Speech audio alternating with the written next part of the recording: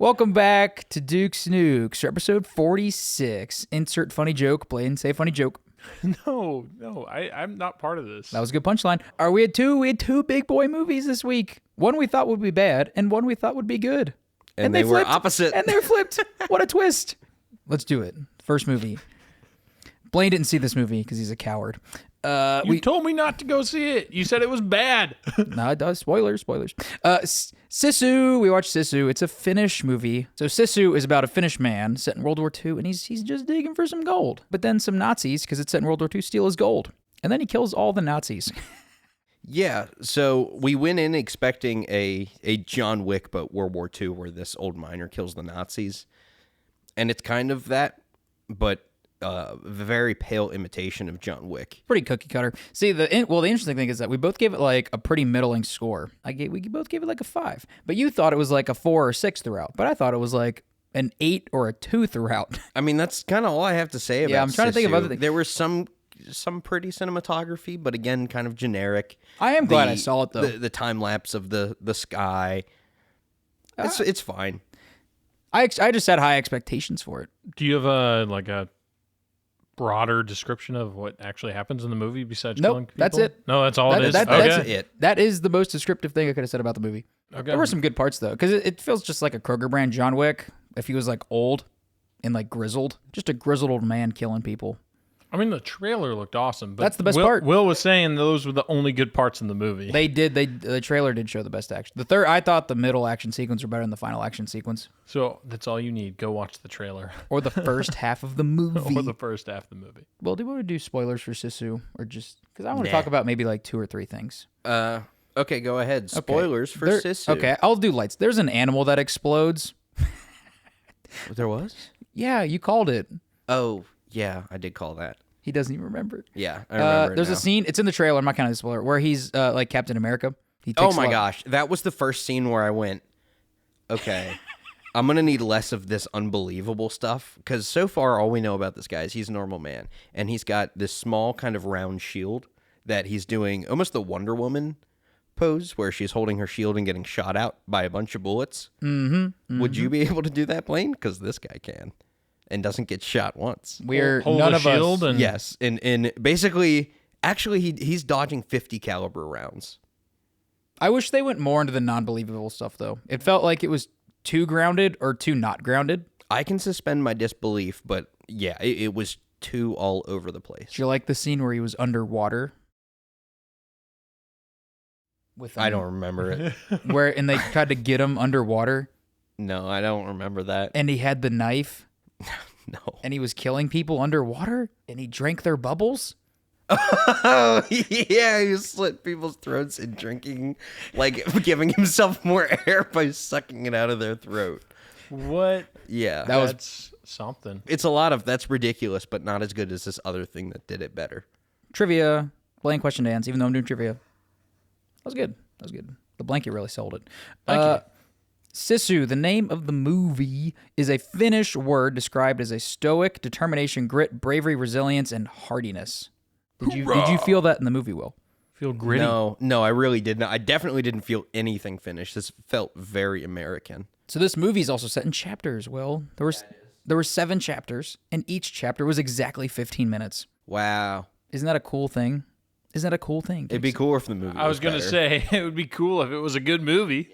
Doing something based around time does not always turn out well. Sometimes it's interesting, but sometimes it just feels like some segments are too long and some are too short. I feel like you're going on a rant about Christopher Nolan. Am I going? I think I am. All right. We'll do that someday. Continue. All right.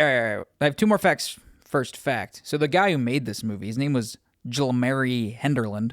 I said his name wrong. I'm sorry. Was originally going to direct a comedic sci-fi film called Jerry and Miss Universe in Canada when it was postponed due to COVID. And then he quickly wrote this movie, if you couldn't tell, Will. And then the film's budget was only $6 million. And the only realistic parts of the movie, like that are based on truth, is just they're fighting Nazis in World War II and the location it filmed in. Like the tanks they used are not tanks from World War II either, apparently. That's hilarious. All right, and then I'm going to say this guy's name. Actor. He's an actor. The bad guy. The main Mr. Nazi man. Askell Heaney. Askell Heaney. That's hilarious. He got a wound on his forehead during the scene in the airplane where they're fighting around the airplane, and they stitched him up, and then he kept filming with all the stitches in his head. Continuity errors. Nice. This movie kind of sucked. Blaine, what are your thoughts on? No, that was it. Blaine, what are your thoughts on this movie? I have no enthusiasm to go see this. I don't want to see this now. Good, because it was in limited release and you couldn't even if you wanted to. Good. All right, you want to go into the good movie now? Yeah. All right, Guardians of the Galaxy Volume 3. Da-da-da-da, Guardians of the Galaxy, doing a Star-Lord dance. Ooh. 30-second MCU movie, get excited. I would like to go do a brief little history. Brief. Look, shooting star. Brief little history on the Guardians of the Galaxy. Blaine, where are we? Where are the Guardians of the Galaxy? In the sky. No. So the Guardians of the Galaxy. Guardians. They're kind of like the Avengers, if you've never seen a movie. But just quick 2 comic facts. So Rocket Raccoon was only in 10 comic book issues before he was in the movies, believe it or not. How many Guardians of the Galaxy issues were there? Well, considering my second fact that they were introduced in 1969, he could have been in maybe more, 11. So brief little history. So the Guardians of the Galaxy, boom. Okay, we'll make cut all this. Who knows? 2014, boom. New Guardians of the Galaxy movie is Marvel's. It was where a group of intergalactic criminals must pull together to stop a fanatical warrior with plans to purge the universe. Very interesting, because I kind of want to go through the history of this. What was his name? Ronan, the accuser of the Kree Empire. I still think he's the most forgettable of the villains. Thinking back on it, he feels a little bit like Dune, like the villains of Dune. Is that just me, or am I crazy? Oh, he kind of does with this liquidy thing going on. Yeah. So this movie was actually expected to flop originally, the original one, the very first one, because it came out in 2014, right before Avengers 2, and everybody was like, we want more Avengers. But they're like, no, you're going to get a tree. I am Groot. I will say I was one of the ones that saw the trailers and went, that looks bad. I saw this 2 years later. Whoa. 2016 is the first time I saw it. That's when I saw it. And then the second movie, boom, Guardians of the Galaxy Volume Dose. Get excited. So, I saw that in theater with you. You did. We did together. So the Guardians in the second one, they struggle to keep together as a team while dealing with their personal family issues. Notably, Star-Lord's encounter with his father, the ambiguous celestial being Ego. And this was in the middle of Phase 3 MCU. Added new characters like Mantis, Kraglin got a bigger role, and Yondu dies. Spoilers. Who? Kraglin? Who? What did you say? Kraglin gets a bigger role in the second movie. Who the heck is Kraglin? See the dude that gets the arrow? Kraglin's the guy that gets the arrow. Okay. And then there's the Baby Groot opening dance scene, which is one of the best scenes ever. Yeah. Yeah. Where he dances Mr. Blue Sky. The opening scene is really good. Oh, it's so good. That Baby Groot, that was beautiful. It's very good. I know people seem very good for merchandise. I know people seem to put the second one as their least favorite, but I think I like the second more than the first. Really? I like them. I mean, they're all, but the point is that there's not a bad one, though. It's just how you rank all 3.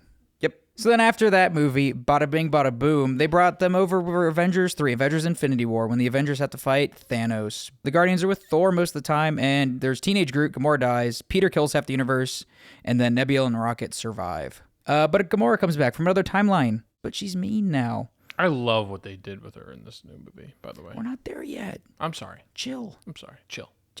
Chill. Sorry. Okay, and then right before this, we had the Guardians of the Galaxy Holiday Special, which I don't think either of you watched. So Mantis and Drax kidnap real-life Footloose actor Kevin Bacon to make Peter happy for Christmas since Gamora died. That's the whole thing. Yeah, Kevin Bacon sang. And I listened to the music on Spotify. Are we ready for the third movie? I'm ready. So the third movie, just to get you back up to speed. So Rocket gets injured, and the rest of the Guardians have to disable a kill switch in his heart that was put there by the mad scientist that created him. So the plot for the third Guardians of the Galaxy movie, so Rocket gets injured, and the rest of the Guardians have to disable a kill switch on his heart that was put there by the mad scientist that created him. Bad guy. Bad guy. He's bad guy. He's also purple. Oh. I thought you meant the actor. I'm like, he's black. Like, who's purple? No, well, he's got like a purple uniform. He's purple. He's purple. So I was thinking of his face. And I was just I instantly went to Thanos. That's I what was thought. But he's not Thanos. He's like smaller dose. No, he doesn't want to destroy the world. He wants to perfect it, or the universe. Oh, I just meant because he was like real height, not like 8'10" or whatever. He's perfectos. Okay. But yeah, so he creates Rocket, and the whole movie is about the details of that backstory. And it's pretty tragic and pretty sad. If you don't like animal abuse, don't watch this movie. If you're sensitive to animal torture, even if it's CGI aminals, don't watch the movie. It's like something I would say. Aminals? Something we'd all say, honestly. So, yeah, it was a fantastic movie. Without saying any spoilers, what do you want to say about it? I feel like everyone needs to go see this movie. I feel like I don't think everyone needs to go see this movie, but If I you would enjoy recommend Guardians 1 and 2, Yeah. go see this. or You'll you enjoy like it. watching good things and you've given up on Marvel. My dad. Yep. And my brother. They listen to this. I'm pretty much half the world. This does get the Wolf stamp of approval, which means more than mostly everybody else's opinions. Well, Stamp give it it. your stamp of Give it approval. stamp. Stamp it. Stamp. I'm going to need you to make me a stamp line, artist of the podcast. Okay. So that I can put it right there. It'll be your face. Nope. Yeah. Please don't do that. Yeah. No. Right? That's not what a stamp is. What are you talking about? There's stamps with like the king and queens. I was thinking like an actual stamp that you would stamp into wax. You wouldn't stamp somebody's face. I was into thinking that. like a postal stamp. Slap. Oh, we're back with Guardians of the Galaxy. Boom, boom, boom. It definitely does feel more like a James Gunn movie than a Marvel movie sometimes, don't you think, Will? That's what I liked about it, is that you can tell at the beginning when it says written and directed by James Gunn.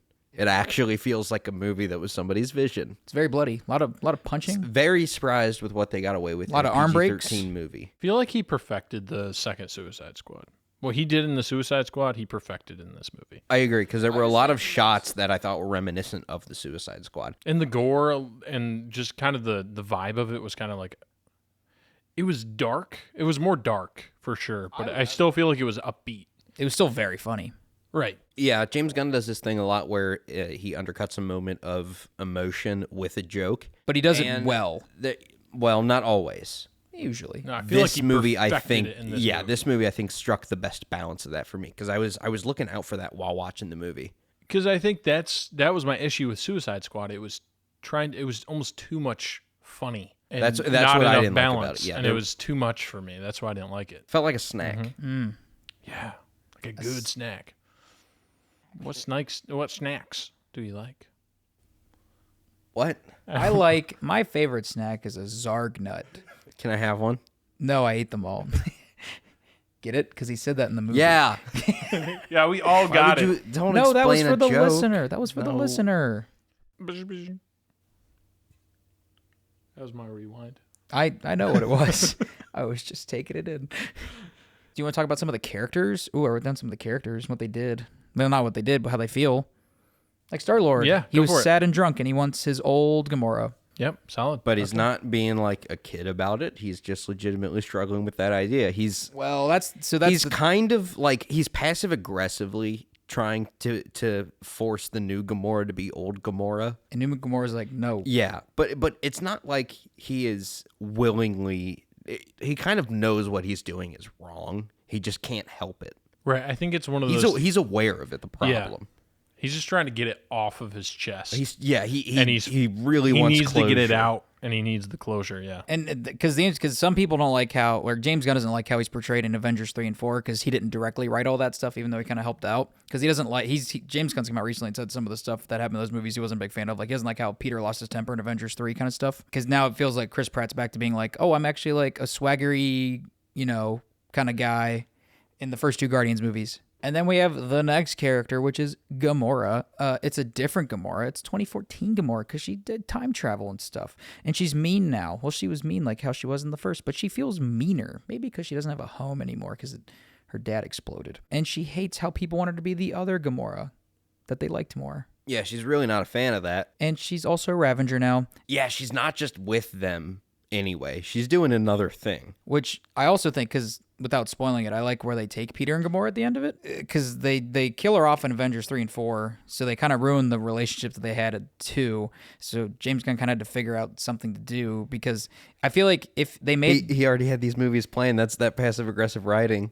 He was like, and then she died. Why her and not anybody else? I don't know. She got thrown off a magic cliff, and then she came back. Why? I don't know. I'm not an Infinity Stone scientist. Magic cliff. Like, it's this whole passive-aggressive segment against Avengers 3 and 4. That whole elevator scene, that was great. But I think, too, that if they were going to make a Guardians of the Galaxy 4 with the original cast, like if James Gunn was going to do like instead of a trilogy, like a quadrilogy or whatever that's called? Quadrilogy. I feel like he would have left her out of this one to make her death feel more impactful. But since it's the last one, he's like, well, I got to have her in it. And I think it works, though. In this movie in particular, it also just feels like the cast is just having more fun, even in the sad moments. They're a family, like in real life and in the movie. Their chemistry is fantastic. Is palpable. Yeah. Every time they add like a new character too, like even like when they add Mantis the second one, like it just works. Like it just keeps working. Oh yeah, dude, I barely even thought about it in this one. Like halfway through, I went, dude, she's only been in like one other movie with them. But granted, it's because but she was there for Infinity War and she was in majority of Infinity War.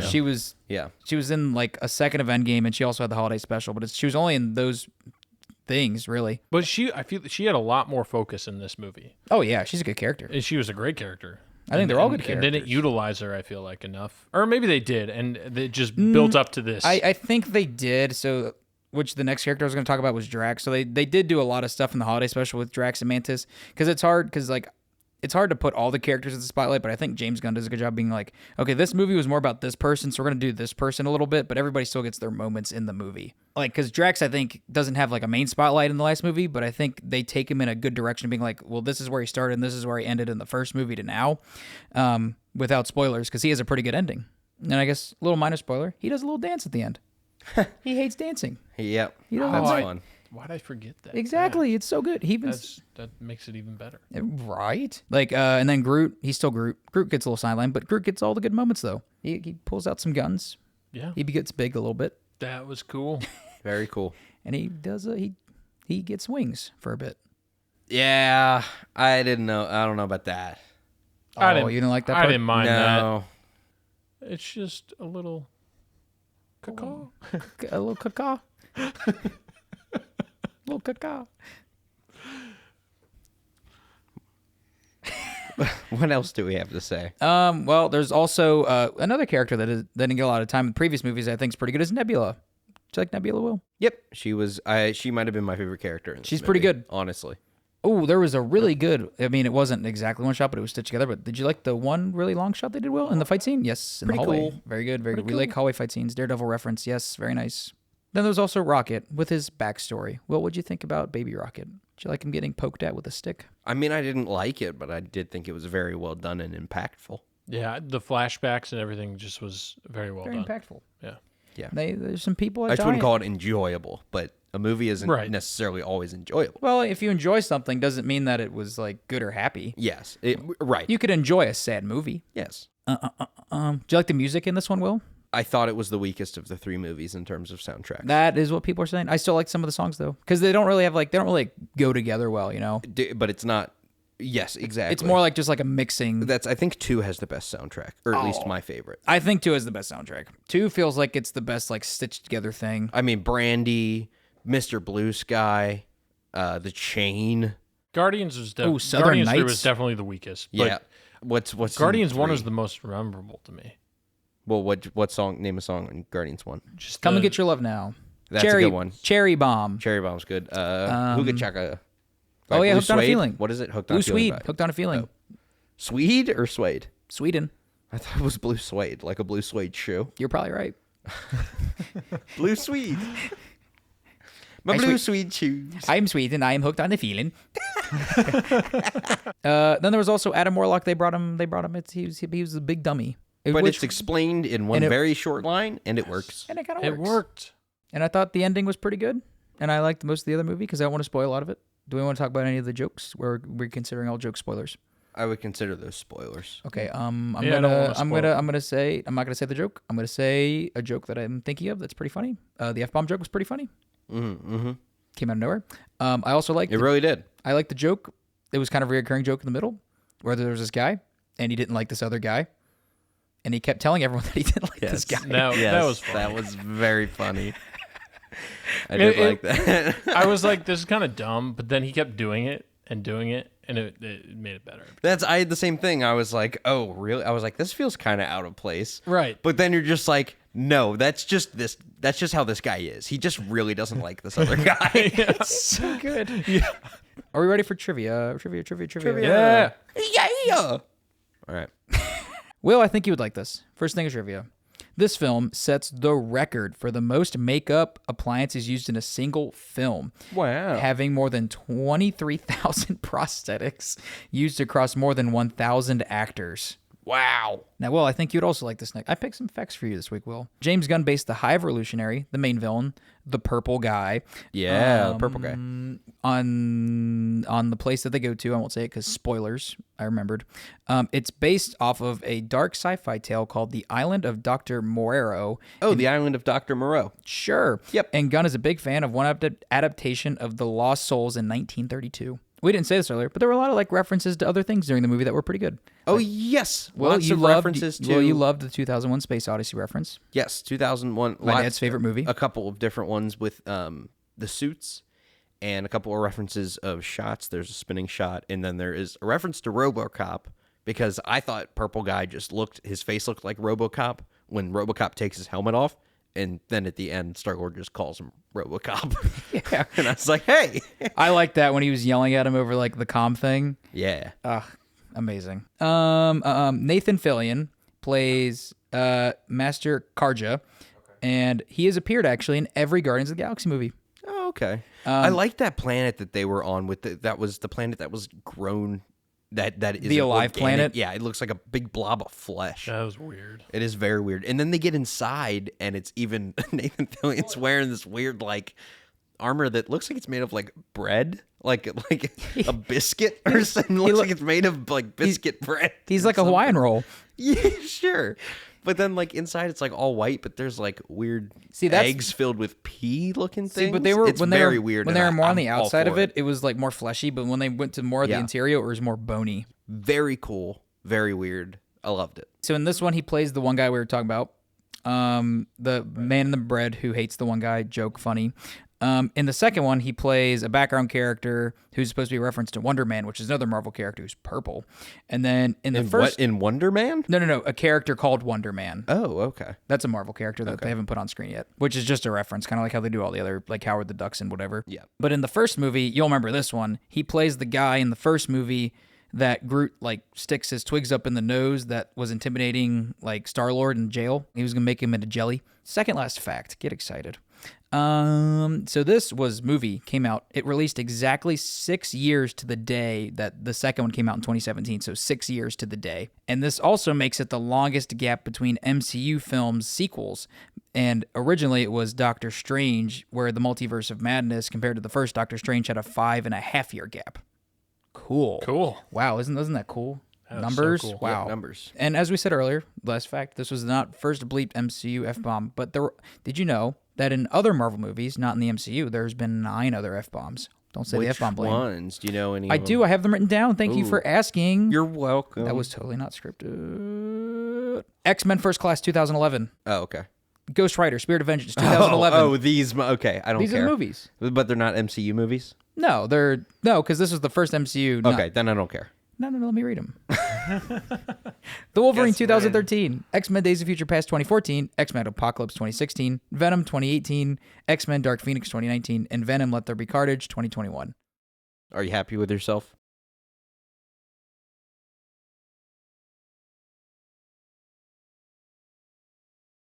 Yes. Is that it? That is it. Okay, goodbye. No, wait. Oh, He's so eager. next week, Irish movies. They're not Irish movies. One of them is. One of them's an Irish movie. One of them is an English movie. Can you name them? The Banshees of Inisherin and the original 1973, The Wicker Man. Would you like me to read the ending? Yes, please. You can email us at DukesNukesPod@gmail.com. You can leave us a 5-star review on Apple, Spotify, or anywhere else that happens to be this podcast. Follow us on YouTube, Dukes Nukes. Leave a comment and subscribe and like and share it and watch it. Follow us on Rumble, Dukes Nukes Pod, one word. Since someone took Dukes Nukes, I knew it was you, Canadian Clam, the enemy of the podcast. Damn it, climb. Climb! I'm glad we're all back now on the hating climb train. You were defending. I Climb like for a while. climb. I still like climb. Cut that. No, you don't. Yes, I do. I like climb. Climb. I hate you.